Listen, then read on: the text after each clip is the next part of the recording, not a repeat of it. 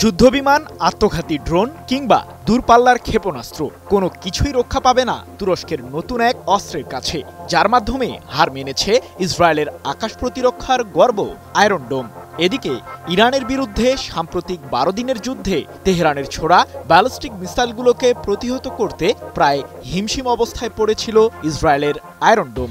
তবুও মধ্যপ্রাচ্য জুড়ে আগ্রাসন বন্ধ করছে না ইহুদিবাদীরা।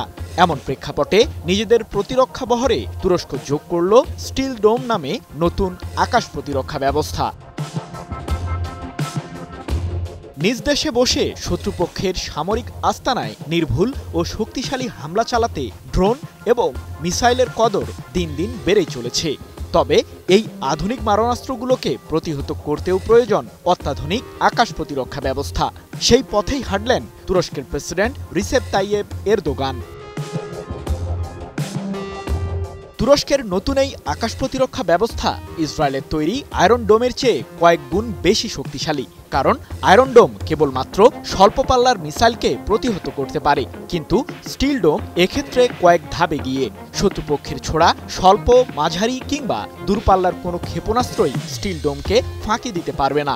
সেই সক্ষমতাই রয়েছে তুরস্কের নতুন এই আকাশ প্রতিরক্ষা ব্যবস্থাটিতে, যার মাধ্যমে শত্রুপক্ষের হামলা থেকে সবসময় সুরক্ষিত থাকবে তুরস্কের আকাশ সীমা।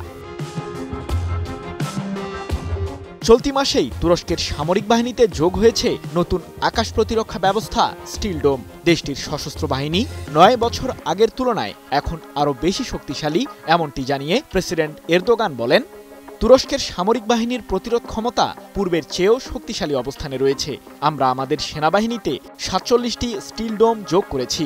সম্প্রতি এক প্রতিবেদনে বিষয়টি নিশ্চিত করেছে তুরস্কের সংবাদ মাধ্যম আনাদলু আজান্সি। ওদের স্বপ্ন পূরণে পাশে থাকতে পেরে আমরা গর্বিত।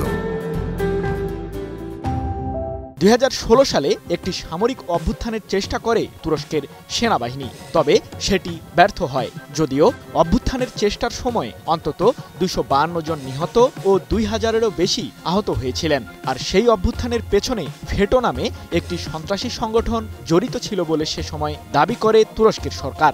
সেই ঘটনার ৯ বছর পর নিজেদের সামরিক বাহিনীর সক্ষমতা বৃদ্ধির বার্তা দিলেন প্রেসিডেন্ট এরদোগান। সৃজন মাহমুদ, নিউজ 24।